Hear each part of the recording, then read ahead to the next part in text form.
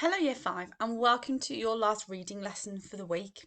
Now I'm not going to do a retrieval activity just because I know that some children are a little bit behind on their reading. So we're going to get straight into our work for today. So we're going to be looking at using quotations to compare from the text to compare and contrast emotions of characters. Okay, so how characters' emotions might have changed from one part of the chapter to the other.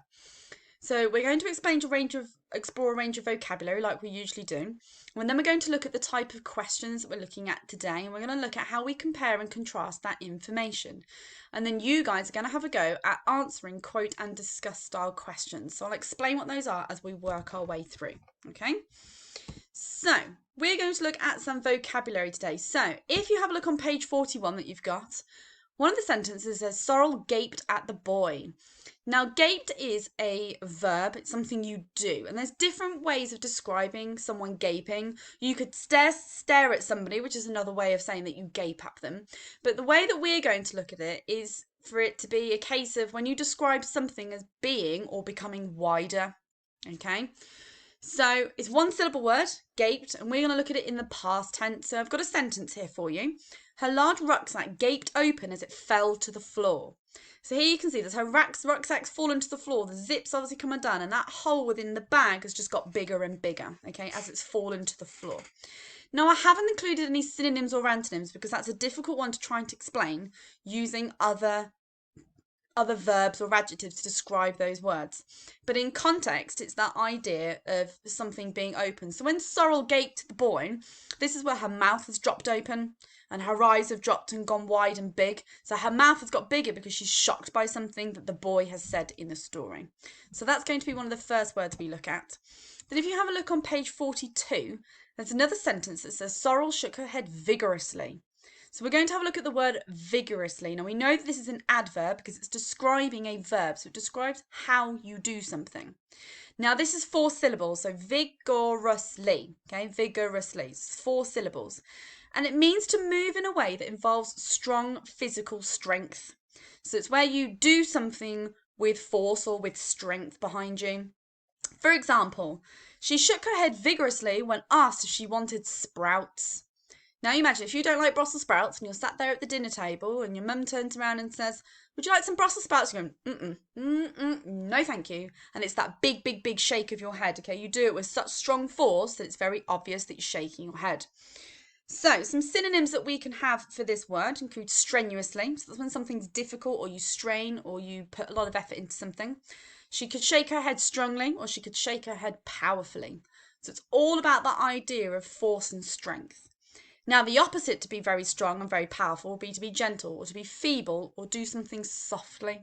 Okay, so that's one of the other words that we're going to come across in our work today. So, what I'm going to do, same thing as usual, I'm going to read through the story and I might add my little comments in as we go along. If you would like to pause the video and read it yourself, then by all means go and do that. If not, then you can stay tuned on the video and listen to my beautiful reading voice. I'm going to try very hard not to yawn for those children that have noticed that I've been yawning. Okay, so chapter 6, Dragon Fire.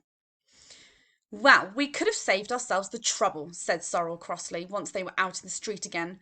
We come to this stinking city purely to find that stuck-up rat, and what does it give us? Oh, stinking sticky bun fungus, a map, that's all. Scribbles on a bit of paper. Huh, I could have found that heavenly brim thing just by following my nose.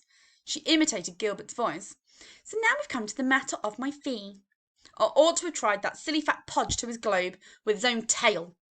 So this is now leading on from when Gilbert had given them the map and asked for payment, and they took the map and they left. After, though, they were given additional information that they weren't the only ones searching for the Rim of Heaven. Calm down, will you, said Ben, pulling the hood over Sorrel's ears before he led the way along the street.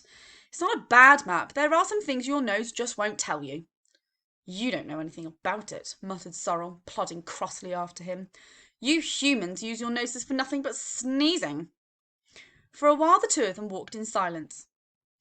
When are you going to set out again? Ben asked at last. As soon as it gets dark, replied Sorrel, almost colliding with a fat man whose dachshund was sniffing its way along the pavement. The dog raised his head in surprise when the scent of brownie reached his nostrils and tugged at his lead, yelping. Now I wonder if he's done that because he's not sure about the smell, because don't forget that brownies wouldn't have been a creature that humans would know about, and certainly nor would dogs, so that dog's picked up on a scent of something unfamiliar. Ben quickly drew Sorrel away and into the nearest alleyway. Come on, he said. There's not so much going on here. Anyway, we're nearly back. Stones everywhere, nothing but stones. Sorrel looked uneasily up at the walls of the buildings. My tummy's rumbling louder than those machines with their engines. I'll be glad to be out of here again. So I'm getting the impression at the moment Sorrel's not a particularly happy bunny. It must be really exciting to go on such a long journey, said Ben. Sorrel wrinkled her forehead. I'd rather have stayed in my cave, much rather.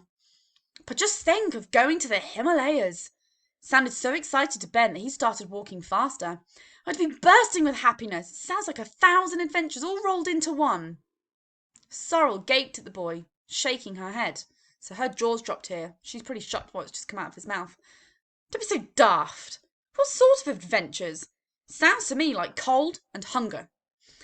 It sounds like danger and fear. We were very well off at home, take my word for it. Rather too much rain, maybe, but what does that matter? You know something? It's all because of you humans we're going on this crazy journey. Because you won't leave us alone. Because we have to find somewhere your nasty furless noses will never come poking in. Ugh, why do I bother telling you all this? You're one of them yourself. We're escaping human beings, and here I am, hanging around with one. Now, that really is crazy. Ben did not reply. Instead, he hastily shoved Sorrel into the dark doorway of the building. Now, it says hastily there, which means to do something very quickly, so I wonder if he's seen something. Hey, what's the big idea? She looked at the boy, irritated. Are you angry with me now, or what? We have to cross the street, right? That factory's on the other side. Exactly. Can't you see what's going on there? Whispered Ben. Sorrel peered over his shoulder. Humans, she breathed. Lots and lots of humans. And they've got machinery with them too. She groaned. Speak of the devil. You stay here, Ben interrupted her. I'll go over the road and find out what's up. What? Sorrel shook her head vigorously. No, that's no good. I have to warn Firedrake at once. And before Ben could stop her, she was out in the street. She dodged between the hooting cars and clambered over the low wall round the factory yard. Now, we looked at clambered the other day, so this is where you climb over something or move up something in a very disorganised, chaos-like manner. Cursing, Ben ran after her. Luckily, there was so much else going on in the yard that no one noticed the two of them. A couple of men were standing beside a large digger, talking to each other. Ben saw Sorrel hide behind the big scoop of the digger to eavesdrop. Where you listen in. Hastily, he rang across and crouched down beside her. I can't make out what they're saying, Sorrel whispered. At least I can hear them all right, but I don't understand the words.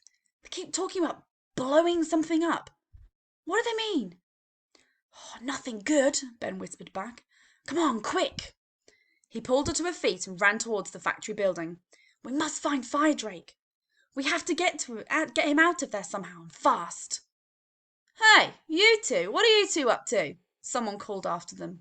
They swiftly disappeared into the dark shelter of the tall building, but within seconds they heard footsteps following them down the stairs. Heavy footsteps. That's the way they went, someone called. Couple of kids it was. Damn it! How could a thing like this happen? Replied someone else.